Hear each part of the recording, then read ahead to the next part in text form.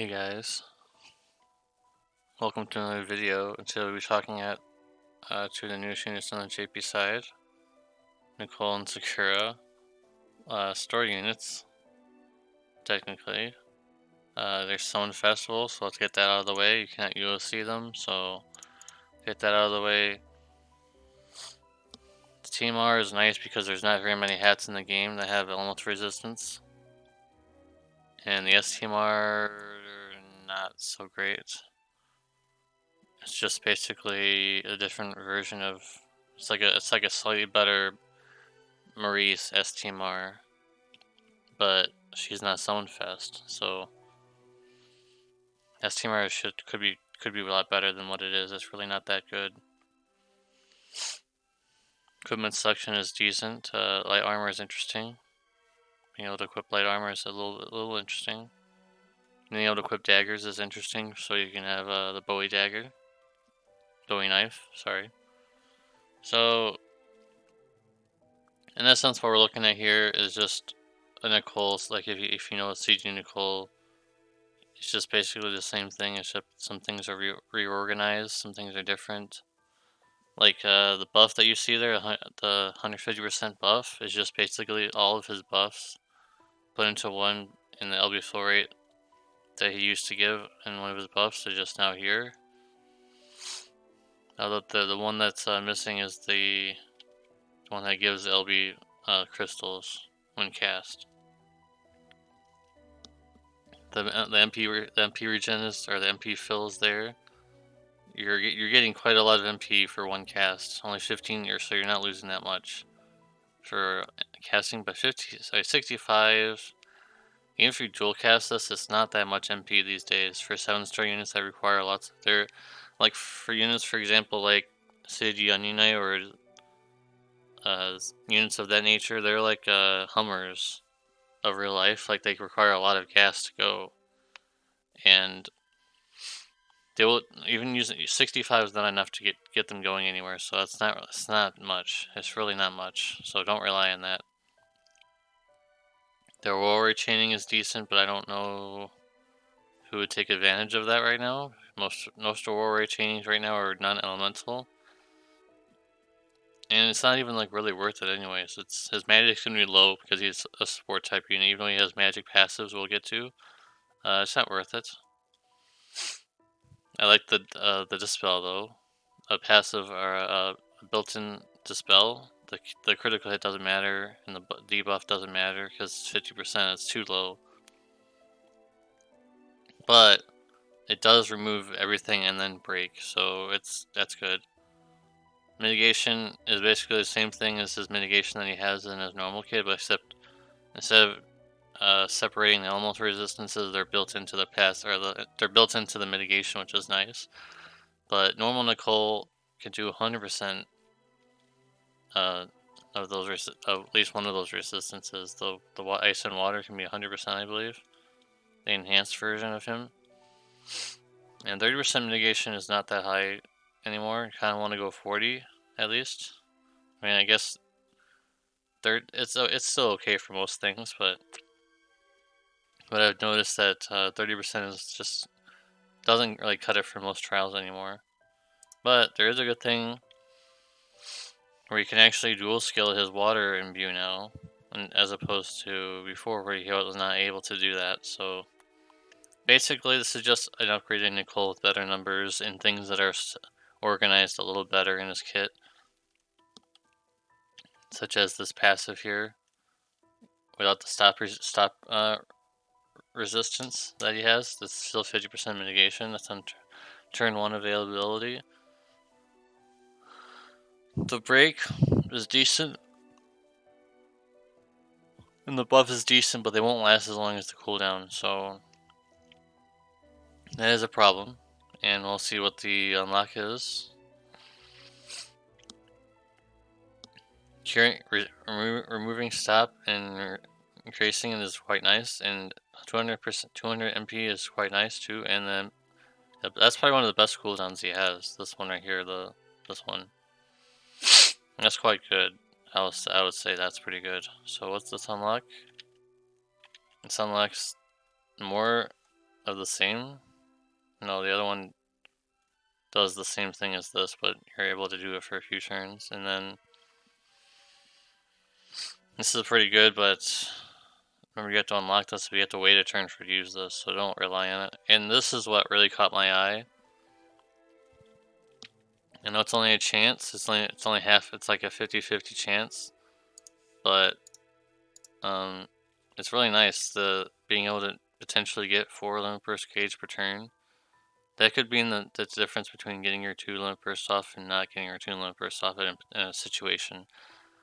Like Charlotte, for example, you might have like a little bit more, but you can't get it, so this could help.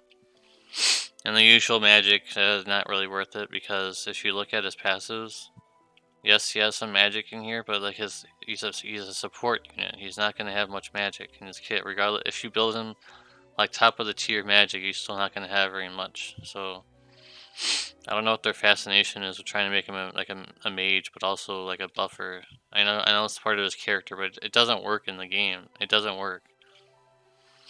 And now the usual 200% buff, which is nothing new nowadays. Regis is a thing. If you need a support of the toppest tier, just UOC Regis is what I'm gonna say, honestly, because this guy does not seem like he should be a Fest unit. He's just not good enough. The Fest quality is not there. The festival quality is not there, guys. I just don't see it.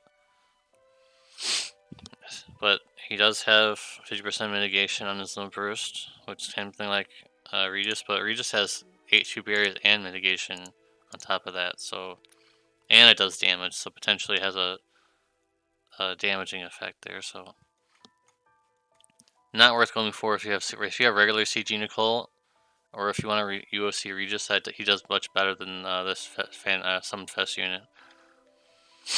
Can't approve of this, honestly. I don't know why. And also, someone was asking on the YouTube comments, I think, they're not CG either, so that makes me really mad. Makes me really mad that they're Summon Fest units, but they're not UOC, or they're not CG. So if you've been watching this far, yes, they're not CG at all, and that's really disappointing. Anyways, on to the next one. Very disappointing indeed. Not this guy. TMR is actually pretty good. 50 magic, 50 MP, which is it's okay. Especially when you're basically probably gonna make her into a TDH unit. It's probably okay. And the lightning resistance is quite good, 50%. That's pretty good. Like I said, there's not very much magic. There's not very much elemental resistance hats in the game, so it's pretty good. But again, this is a Summon Fest unit, so no, I'm not going for just for the hat. The STMR is pretty good, but it's not really worth chasing unless you want it for some reason. It is a Summon Fest, remember that, and it's in the middle of the month. You still have to think about the raid, and you still have to think about the next King Mog, so that's the problem. But the limit burst damage is pretty crazy. I don't know who it really would have helped other than herself. So there's not very many mages who need limit burst damage increase. I can't think of any.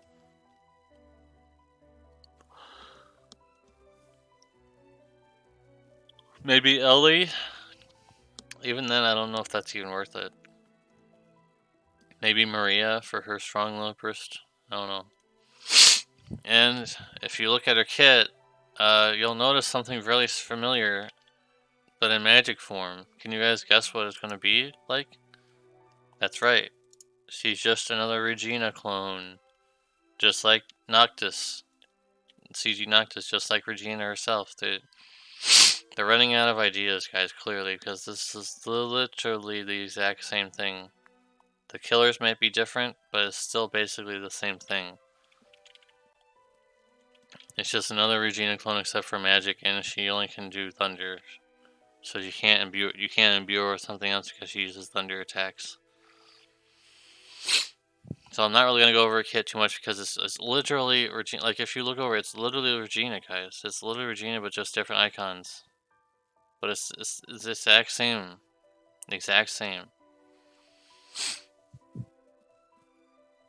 She has TDH, 100%. Let's see if he has any more. 150%, so that's pretty standard with normal physical TDH units. The problem is that she's not going to get a boss buff because she is a story character, but she's not really included with the Chaotic Darkness one. So until there's like an orders version, she's not gonna get a boss buff, so they're basically as strong as they're gonna get. 220 magic though is pretty good. Pretty good. This is the Lone Burst. This is why you can view her, because she's doing lightning magic damage. So if someone's immune to lightning or resistant to it more than what she can imperil for, then not very useful. But she does. It only costs 20 crystals. And she probably has a way of making it so she doesn't get stat broken, I'm sure. If she doesn't, that'd be silly, because the Regina has a way to prevent the drawback of her move. I guess the only thing that she has is the remove or the cure breaks. So you'd have to do this the first time. You'd have to do this next turn. It's a lot of MP for a lot of these abilities, and her MP is only 287 at the base. So I mean, it's strong. The universe is strong, but are people really gonna be chasing for these units? Like I have not seen them on my friend list still, and I've been told I have a lot of whales on my friends list, and I believe I do, and I don't think I've found any on my friends list yet. So you're relying on someone else to pull for this, and on top of you pulling for it, because she can only dupe chain. It's not a chaining family. She's dupe chaining by herself. I don't know why I say by myself all the time, but yeah. So you're relying on someone else to have this unit on top of it's like 2017 all over again, where you have to rely on someone else to pull an Orlando or something, so your Orlando can chain. So I don't think it's worth investing in this unit. I don't think it's worth investing in Nichol either. Stick with regular Nichol. Like, if he's UOCable, and I'm sure if you've been playing the JB side long enough, I'm sure you've at least pulled at least one of him. Or stick with Regis, he's really good too. Neither of them are sound fast units. So that's all I really got to say. I don't think these are really that good, and I'm sure their damage is going to be incredibly strong. Someone on my Discord already posted a video of the Claire with them, of Sakura. She's really strong, I'm sure. She's a magic. Regina is really strong. So if you have a proper friend and they're not immune to lightning, so of course they're going to be really strong, but I'm not feeling confident in their ability to succeed.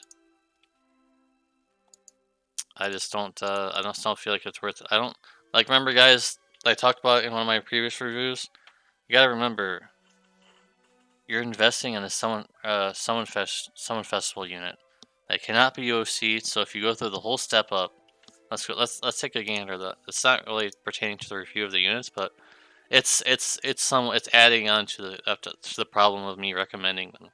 Like, look at this, guys. You have to spend 25k to get one of them. You could potentially get none of them until you get to this, and then the blue tickets don't actually guarantee you them either. It's like a gacha into a gacha. It's RNG tickets into another RNG system. So you potentially get one of them, but you could also get these things, and anything below the ASTR Moogle is complete garbage. Even the 5-star ticket at this point on the JB side, you get 2 rainbows a month almost.